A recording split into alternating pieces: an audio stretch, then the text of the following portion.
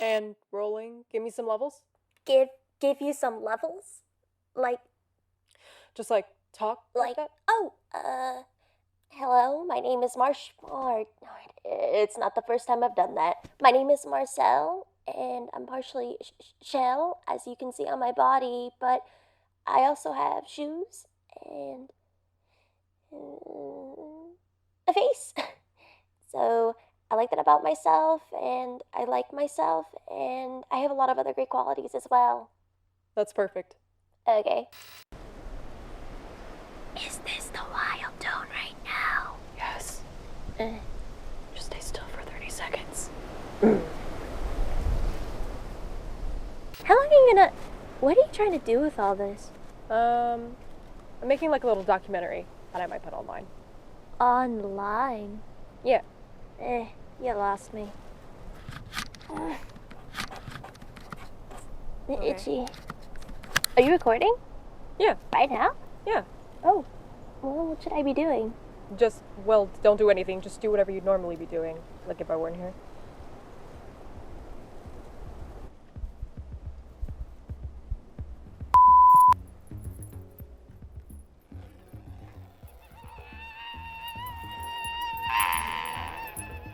Where'd you get the rope? This? I'll show you. I come to the bathroom and I get these curly hairs. They're the strongest. Because you have to uncurl it, but then you can see it's really long and strong. What are you laughing at? We call them hardy hairs. This is the Arboretum, a collection of trees that a community keeps alive. But I do like to talk to them, and plants like to have classical music played for them. Mozart and Brahms helps them grow faster. This is my bread room. It's a bedroom, but I sleep on a piece of bread, so... Whoa, sorry, he's just saying hi. I actually like the concept of having a dog. Oh god, I could smell his face. But I just tie a hair to a piece of lint and I drag it around. I love you. Come with me. Come. Okay, la, la, la, la, la, la. Sometimes people say that my head is too big for my body, and then I say, compared to what? Sometimes, if I don't have a way to itch my itch, the only thing I can do is I just stand there and I just let it get me, and I just have to scream it out.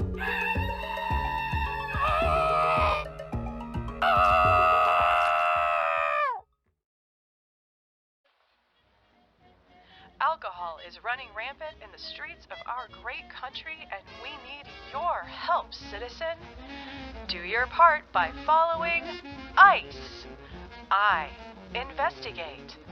Always be on the lookout for any shady figures who reeks of moonshine.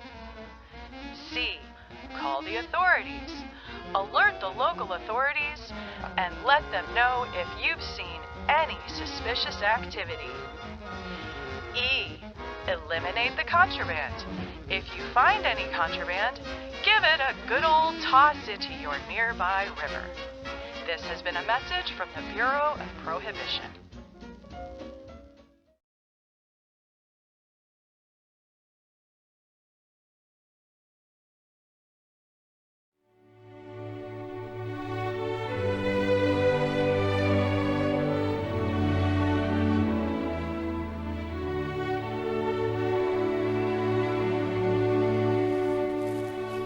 And I suppose you think that was terribly clever.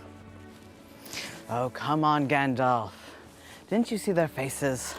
There are many magic rings in the world, Bilbo Baggins, and none of them are to be used lightly.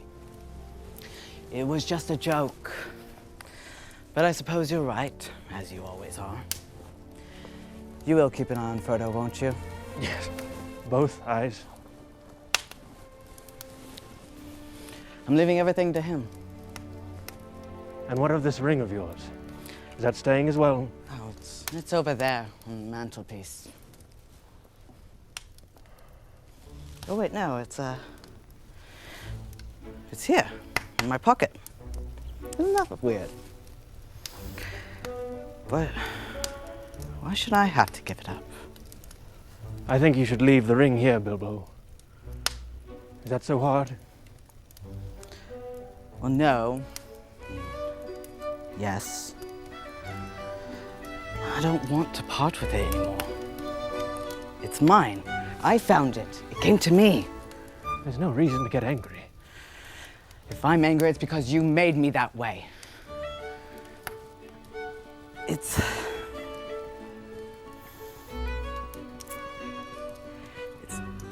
mine. It's my own. It's my precious. Precious? It's been called that before, but not by you. What business of yours would I do with my own things? I think you've had that ring long enough. I think you want it for yourself. Bilbo Baggins! Do not take me for some conjurer of cheap tricks! I am not trying to rob you. I am trying to help you.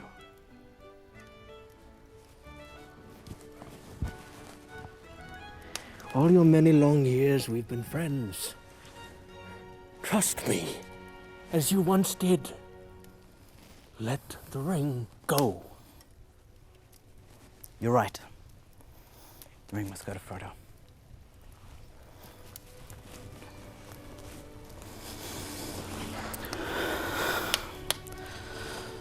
The road ahead is long.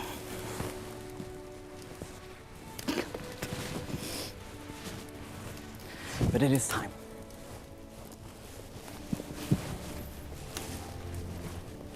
Bilbo, Hmm? the ring. Ah, yes.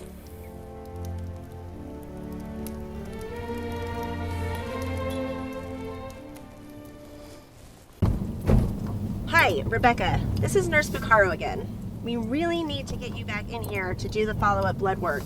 Your last glucose levels were not great. Go away. I don't have time for this.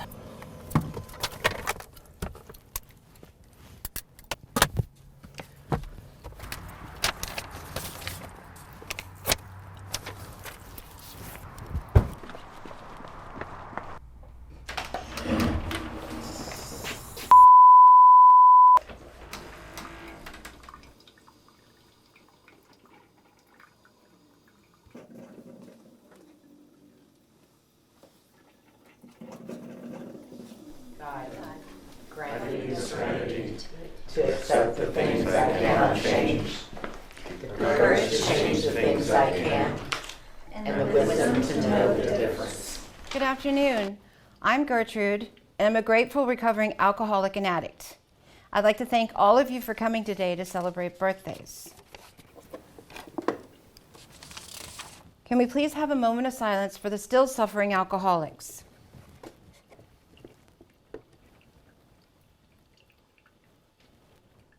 Our first birthday honoree, celebrating 1 year sobriety. Rebecca, darling, could you please come up here and tell us how you did it?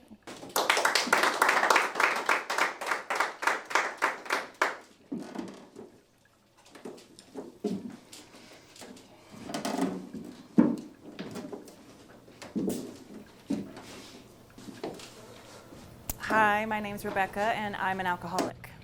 Hi, Rebecca. You know, on the Mad Dash here, I tried to remember the last time I'd gone 365 whole days without drinking.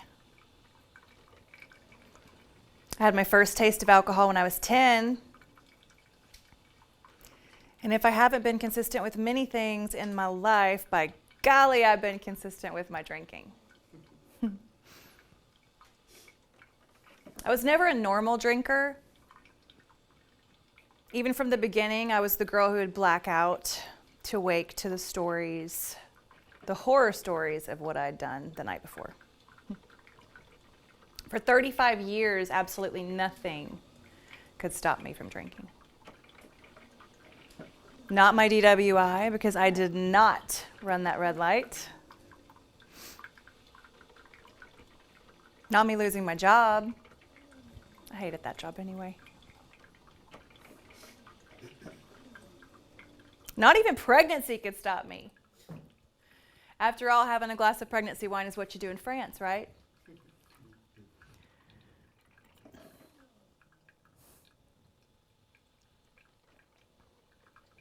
But I have driven blackout drunk with my kids in the car more times than I care to admit. My regular morning routine would be to wake and make sure that they were alive and well in their beds, and that my car was not parked in the house.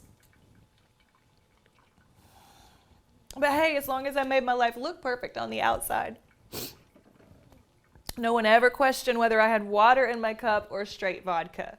And we all know it was not water.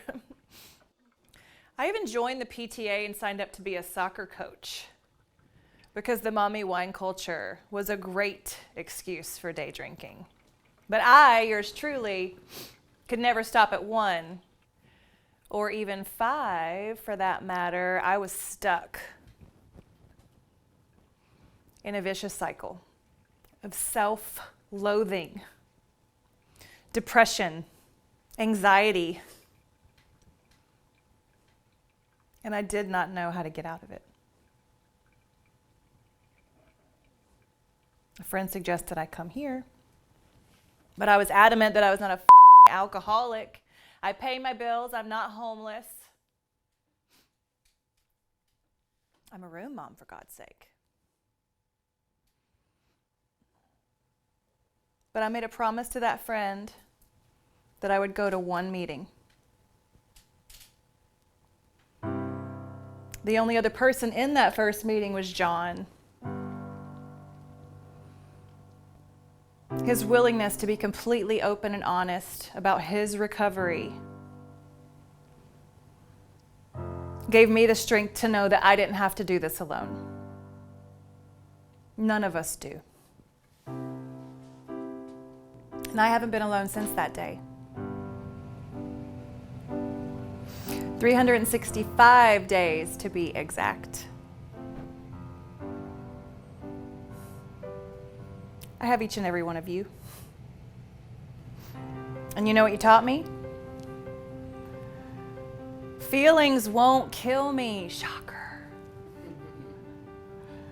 If you're here today and you find yourself struggling with addiction, just know that you do not have to do this alone. You just have to be brave enough to ask for help.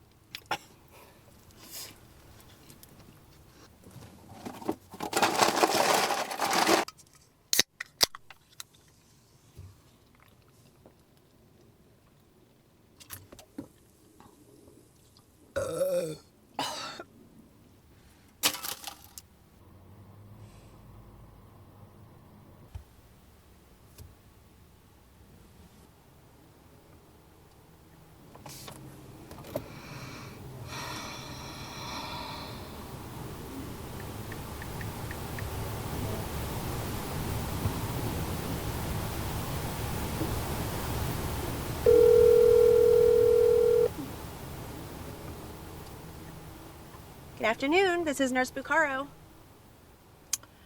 Hi, it's Rebecca. I need help. Hi, Rebecca. I'm glad you called. One thing at a time. Some days it's not all rainbows and butterflies. The sunshine isn't always my friend. Yeah.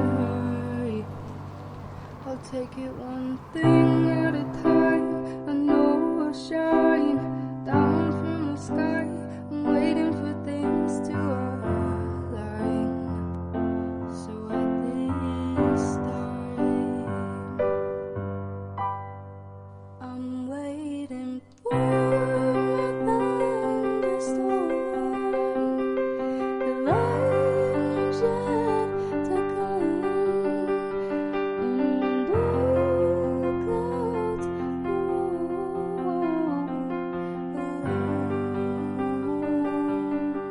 I'm waiting for my thunderstorm.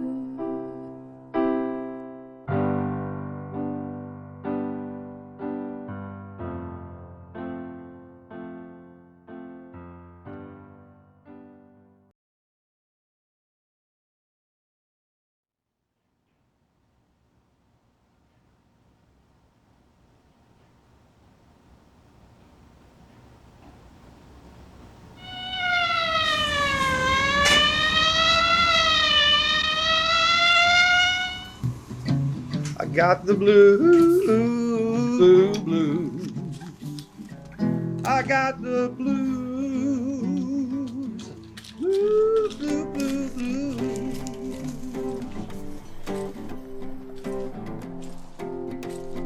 Do you have a license? Excuse me. Officer? City Ordinance 37B prohibits the playing of a musical instrument in a public place for the purposes of commercial enterprise without a license. I don't understand. It is against the law to play your instrument. The law? The law? What? Against the law? Yes, without a proper license. Oh, what sort of license? A license that permits the playing of music in public for the purpose of commercial enterprise. Commercial enterprise? Yes, you play that thing and people give you money. They give the monkey. It is the same. It's not the same. I'm a musician. He's a monkey. The monkey is a businessman. He doesn't tell me what kind of songs to play. And I don't tell him what to do with his money. Hey, don't get funny with me. It's your monkey, therefore it's your money. Eep, eep. Oh, well, he lives with me, but he's not my monkey. I found him in my living room one day, but I let him stay. He pays for his own room and board. Then the monkey's breaking the law. The monkey isn't playing a musical instrument. City Ordinance 132-R prohibits begging. How do you know so much about the city ordinances anyway? What kind of stupid question is that? Are you blind? Yes. Yes. Yes. Oh. Wait. Sorry. So, you're talking to a police officer. Should be transferred to detective division any moment, so, I'll let you off with a warning. Well, thank you, officer. But do something about your permit. First thing in the morning. Do something about your filthy monkey.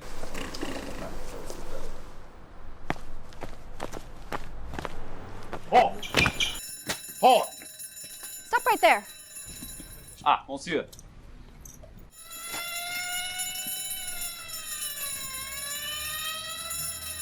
You hear the sirens? Get out of here.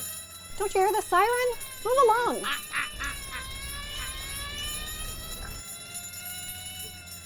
I got the blues. Yes, I do. I got the blues. Yes, I do.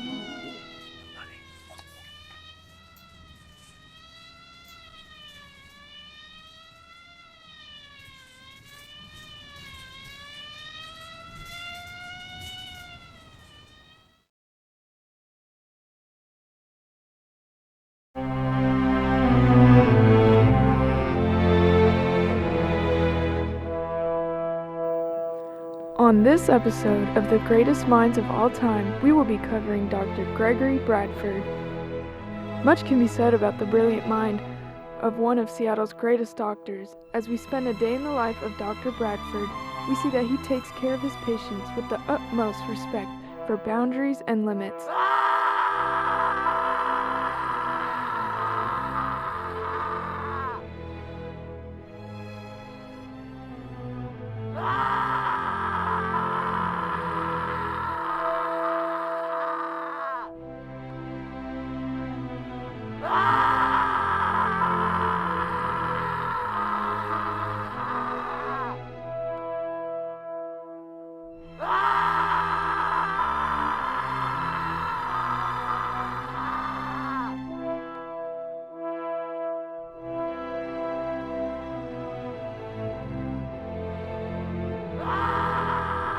Many people from all over the country flock to Seattle just to be treated by this renowned doctor.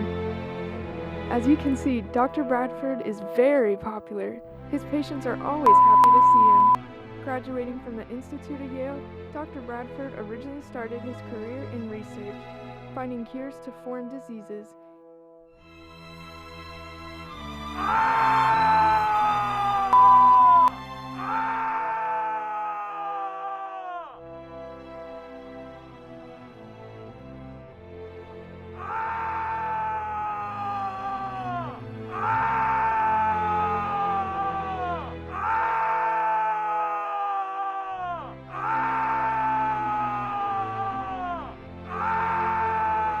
He won many awards and was voted to be one of the greatest minds of his day and age.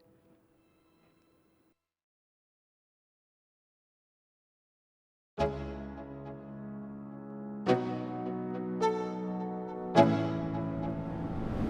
am an entrepreneur. I'm a father, a husband, a son, a mentor, a mentee. I'm a lot of things. One of the biggest things in my life right now is my business and my family.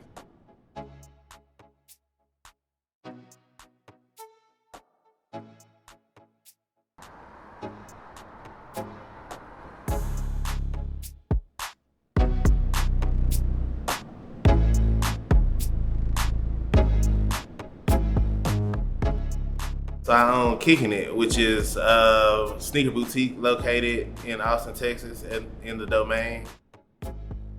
I've been in the sneaker industry for 25 years now.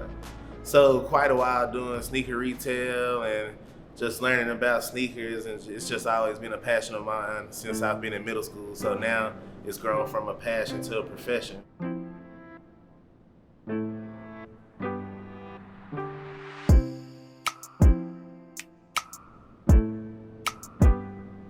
I think just growing up in the neighborhood and where I was from, like that kind of deterred you from saying like, hey, I can't go out and start my own business, at least on this magnitude, you know. No, I can get a Nike account too. Like, it's hard to believe. It's almost unfathomable. The mix of my entrepreneurial spirit from my dad, the love of sneakers kind of grew. As I went to college, I decided I wanted to be a business and a marketing major.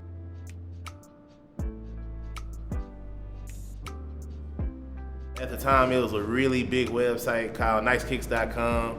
That was the #1 sneaker website in the world. I was the general manager for Nice Kicks for 6.5 years.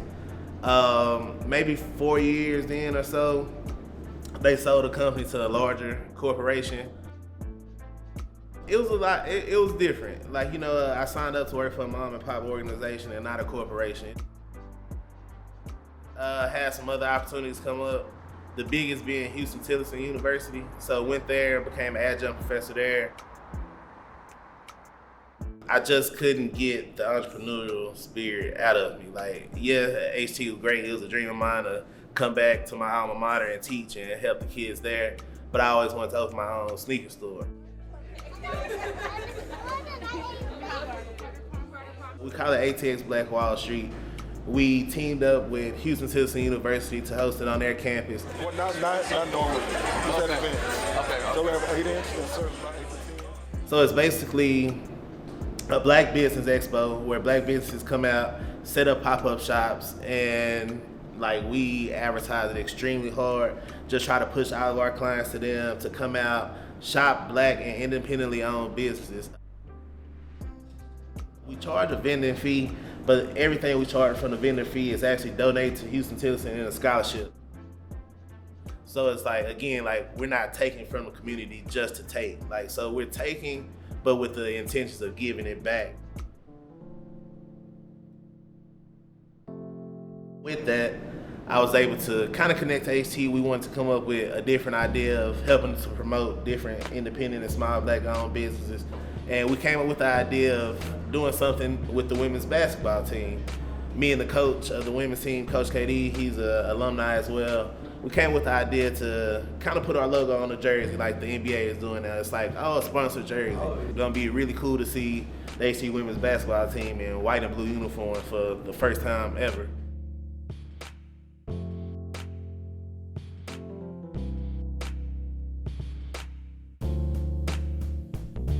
Our community is everything. A lot of people go in business kind of with the mindset of like, I'm going into this to make money, this is what I need. And of course, like, owning a business, you want to make money. Obviously, you have to make money to survive, to keep the doors open.